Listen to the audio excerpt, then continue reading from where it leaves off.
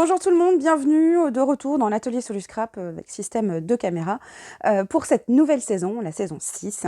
Alors, pour rappel, pour que ce soit un petit peu plus clair, donc la saison 1 était consacrée au Junk Journal, la saison 2 à la carterie, la saison 3 au Junk Journal, la saison 4 à la customisation sur tissu, la saison 5 c'était Mocha dans mon quotidien, et la saison 6 qui va nous occuper pour les prochaines semaines est consacrée à l'organisation et au rangement de tout ce qui concerne le Project Life. Donc les saisons ont pour but, à un moment donné, pour nous, à chaque fois qu'on fait un thème spécifique, pour que pour vous aussi, ce soit beaucoup plus simple pour vous repérer. Donc on va greffer à chaque fois les épisodes dans les saisons concernées sur le thème abordé. Donc voilà, donc on est encore en cours sur la partie customisation tissu, donc il y a de nouvelles choses qui vont arriver en plus. Donc on va naviguer dans les différentes saisons, mais pour vous, c'est beaucoup plus simple d'avoir un récapitulatif par saison. Au moins, si vous cherchez un thème en particulier, vous aurez toutes les vidéos qui concernent ce thème. Alors par contre, un petit point aussi qu'on voulait rappeler, donc important d'aller dans le guide rangement sur le site.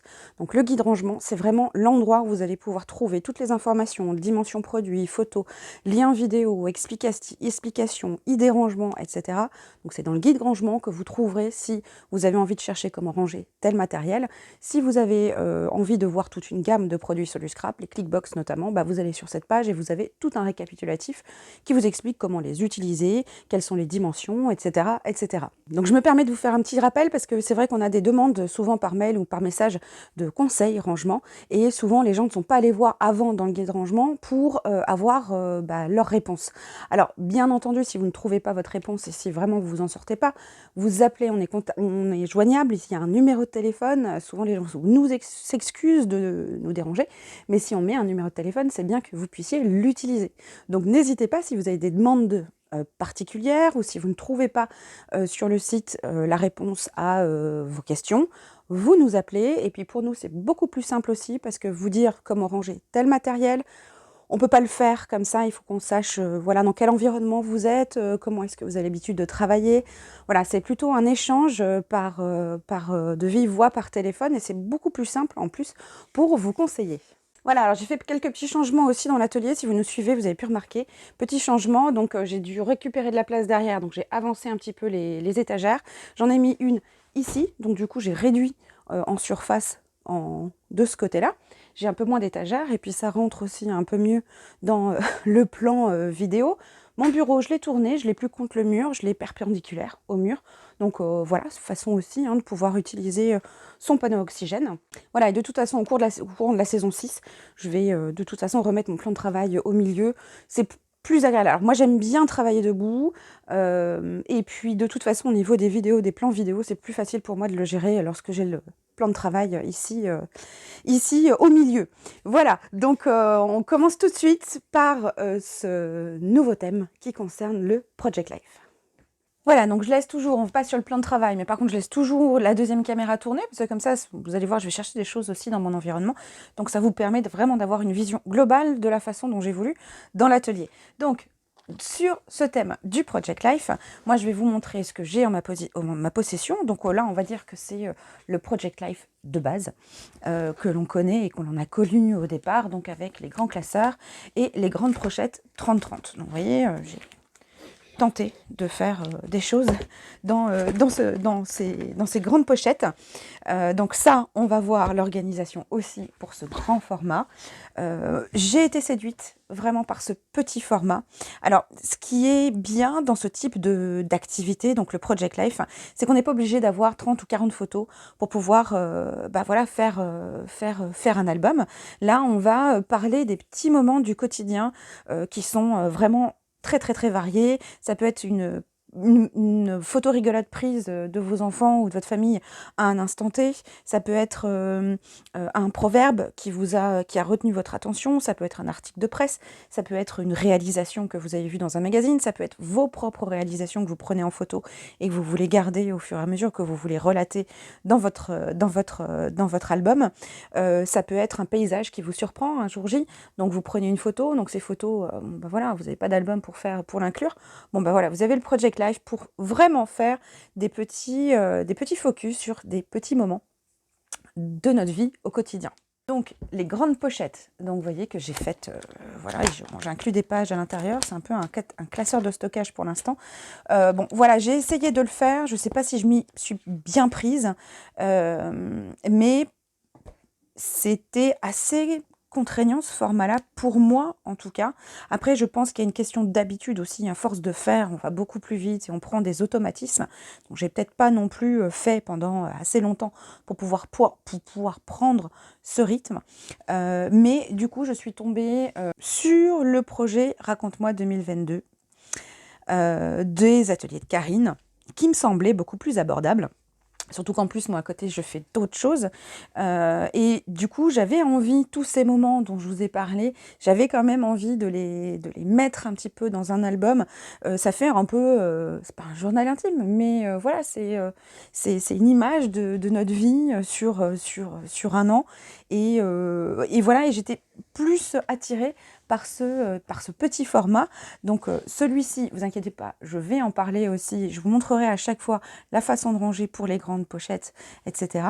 Mais par contre, on va se concentrer là sur ce Raconte-moi 2022. Je vais vous dire un petit peu en quoi ça consiste. Et surtout, ça me permettra de voir en fin d'année, et surtout vous en fin d'année, voilà de quelle façon est-ce que je me suis organisée sur l'année pour faire ce type de projet.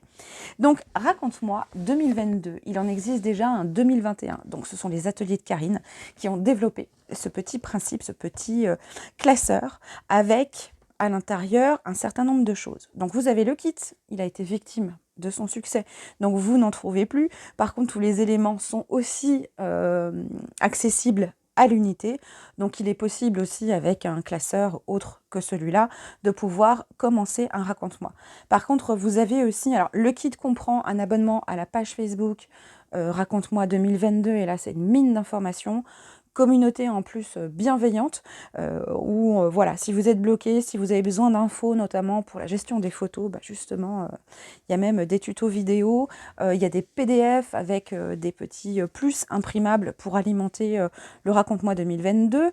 Donc les ateliers de Karine, donc là pour ce projet-là, elles sont 5, donc Karine Cazenave elle-même, avec 4 de CDT, qui aussi proposent des façons de décorer et de raconter ce quotidien dans Raconte-moi. Donc on a des exemples qu'on peut suivre ou pas, on peut s'en inspirer. Et puis c'est aussi une communauté, il y a des vidéos aussi live en direct tous les mois, donc ça nous fait un rappel aussi de dire tiens, à ce moment-là, il faut que je commence à penser à mon Raconte-moi. Et donc voilà, on se sent peut-être un peu moins seul, et la charge de travail, entre guillemets, pour faire ce genre de choses, pour relater un petit peu mon quotidien, je trouvais que c'était plus abordable sur ce format-là que sur ce format-là. Alors, à l'intérieur, pour vite vous montrer, vous verrez hein, dans la saison 6, de toute façon, on va en parler, mais le principe, c'est d'avoir une intercalaire par mois avec déjà, voilà, ici, tous les jours du mois, donc ce qui permet d'aller vite et d'entourer ce qu'il faut que les événements sur le mois que l'on a envie de relater avec des photos. Alors ça peut être des photos, ça peut être des croquis, ça peut être, comme je vous ai dit, hein, des articles de journaux, des faits qui nous ont marqués, tout ce genre de choses, avec donc des petites pochettes pour pouvoir mettre les photos. On peut aussi, il y a du papier aussi coordonné au thème Raconte-moi 2022, donc on peut découper des pages et puis faire, non pas une page 30, mais une page un tout petit peu plus petite. Il y a des tampons, il y a des dies, il y a pas mal de choses, et c'est ça qu'on va voir aussi pour voir comment est-ce que l'on organise et comment est-ce que l'on range tout ça.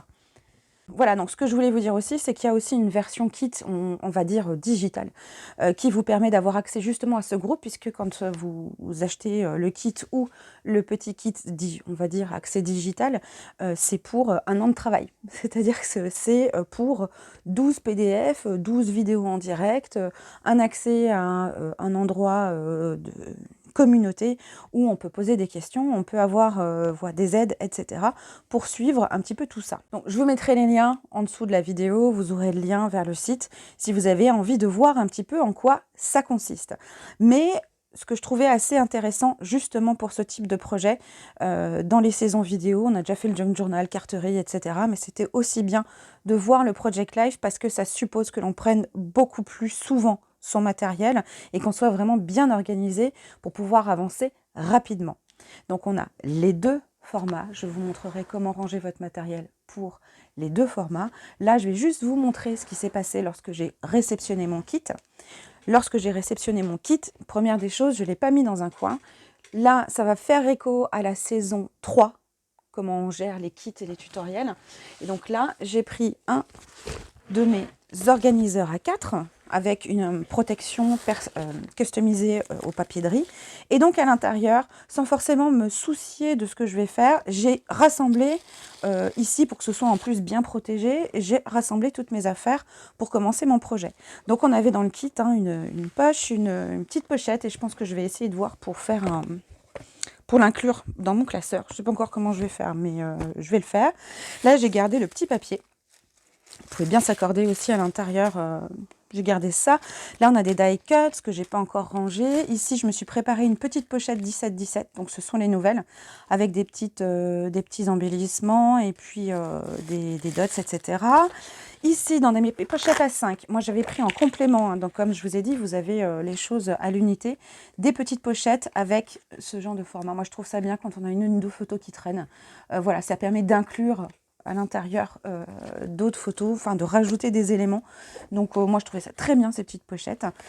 Là on a bien entendu des cartes PL que l'on va pouvoir, que je vais utiliser pour décorer un petit peu tout ça. Donc là il me tarde, hein, très honnêtement il me tarde de commencer à décorer tout ça. Ici, ça fait écho aussi à la saison 3. Vous vous souvenez, c'était mon petit pense-bête organisation pour mon kit album. Pour noter, donc là, c'est sur 2 feuilles transparentes. On peut écrire dessus et effacer, comme un tableau blanc finalement, ce qui me permettait de récapituler les formats de mes photos dont j'ai besoin pour pouvoir constituer mon album, lorsque l'on fait des kits.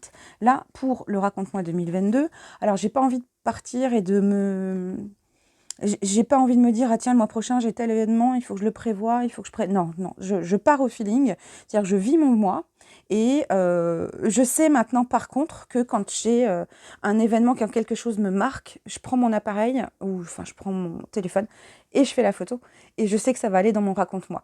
Donc, ce que j'ai à la limite besoin de noter, c'est la date, et peut-être des inscriptions, enfin un descriptif, s'il y a quelque chose, il faut que je m'en souvienne.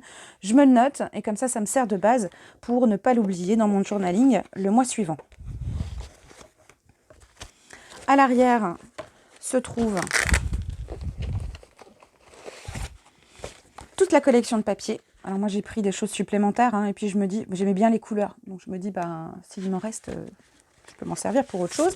Là c'est le premier PDF que l'on a eu, donc voilà, donc je garde ça secret puisque voilà, ça fait partie des choses qu'ont accès les gens qui sont abonnés. Là, j'ai un petit pense-bête aussi pour les cartes, pour les pochettes, ça récapitule, petit pense-bête, hein, la taille des photos que l'on met à l'intérieur, donc ça, c'est pas si mal. Donc d'ailleurs, justement, dans le premier direct, donc on a eu aussi un petit tuto pour savoir comment gérer ces photos, ce qui est très très bien. Alors...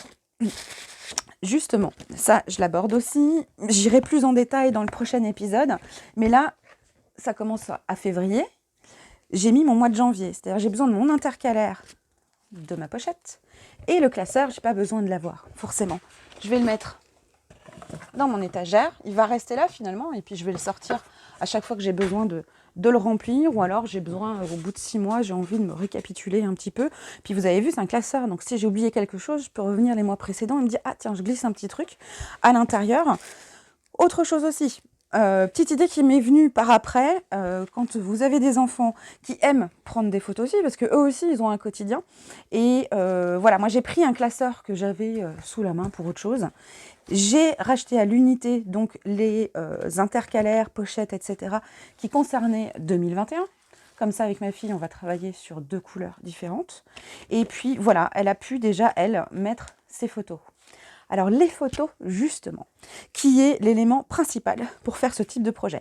Donc, généralement, les gens, ils ont l'imprimante photo, ils se sont organisés, puisque ça suppose que les photos, on puisse les imprimer assez facilement, en plus sur des formats qui ne sont pas forcément standards par rapport à ce qu'on se trouve sur les sites. Soit, donc, on a une imprimante. Après, je trouve ça dommage vraiment de se dire qu'on ne va pas pouvoir faire ça parce que on n'a pas d'imprimante photo qui nous fasse des photos de très belle qualité. Ce que vous pouvez faire, moi c'est ce que j'aurais fait, très honnêtement si je n'avais pas pu le faire. J'ai une imprimante lambda avec du papier 80 grammes. Vous pouvez imprimer vos photos en noir et blanc ou en couleur, mais sur un papier 80 grammes. L'important, c'est de savoir où est-ce que vous allez les placer dans vos intercalaires. Et au bout de quelques mois, ou quand vous avez des impressions pour un album à faire en quantité, vous rajoutez les photos de votre raconte-moi et vous les changez. Enfin, au bout d'un moment, vous les mettez à la dimension et vous les remplacez par votre papier 80 grammes. On a besoin des photos pour savoir ce qu'on va raconter et pour savoir ce qu'on va mettre comme décoration. Bien sûr, si vous scrapez sur vos photos, faites votre mise en page, prenez une photo, mettez vos embellissements dans des pochettes et quand les bonnes photos arrivent, vous pouvez vite fait refaire votre composition. C'est pas plus mal, ou alors on le fait fin d'année, peut-être. Ça permet de se dire, tiens, je vais repasser mois par mois, je vais me replonger dans ce qui vient de se passer dans l'année. Donc voilà une façon aussi de gérer ça, même quand on n'a pas d'imprimante voilà, pour imprimer ces photos. Donc là, j'ai tout, j'ai mon mois de janvier, j'ai la pochette. On verra aussi, parce que là vous vous dites, bah oui, mais j'ai pas les tampons, j'ai pas les dies. Eh ben non, j'ai pas besoin, puisque j'ai Mocha.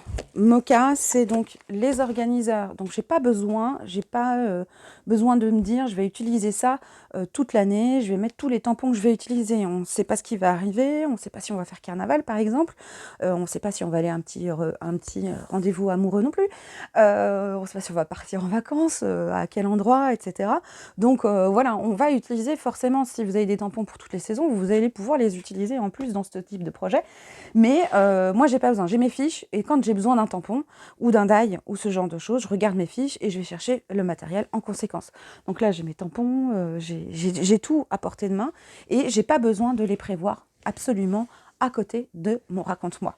J'ai mon organiseur. Alors pour l'instant, je suis organisée comme ça. C'est nouveau pour moi aussi. Donc je vais voilà, me laisser porter par ce que je vais faire. Forcément, j'ai pas fait de découpe, j'ai pas fait de tamponnage, donc il va se remplir. Peut-être que je passerai sur une valise Mocha, hein. Peut-être que finalement, je prendrai 2 boîtes à 4 et puis ça me permettra peut-être un peu plus de m'organiser.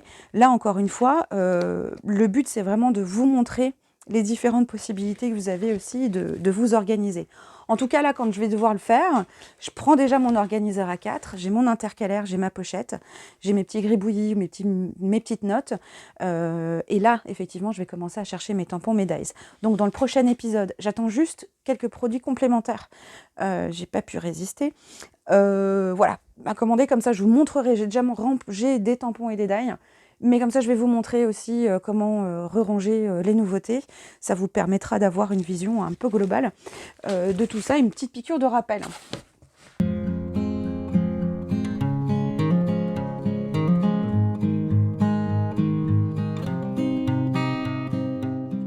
Voilà, donc j'ai toujours rangé. Bon, bien sûr, je vous montrerai aussi dans l'épisode suivant. Je vais faire comme si je m'organisais pour faire un Project Life 30-30. Donc là, je vous montrerai aussi comment ranger les pochettes, ce qu'il est possible de faire. Donc voilà, on a beaucoup de choses à faire dans cette saison 6. On est en même temps sur la saison 4, sur la customisation tissu, parce qu'il y a des nouvelles choses qui arrivent. Vous allez voir, dans la partie scrap, on rajoute des pochoirs aussi qui peuvent vous aider si vous n'avez pas trop d'idées, ou voilà, si vous avez envie d'utiliser ce qu'on utilise aussi dans les vidéos. Donc voilà, donc on vous dit à très bientôt pour le prochain épisode. Ciao, ciao!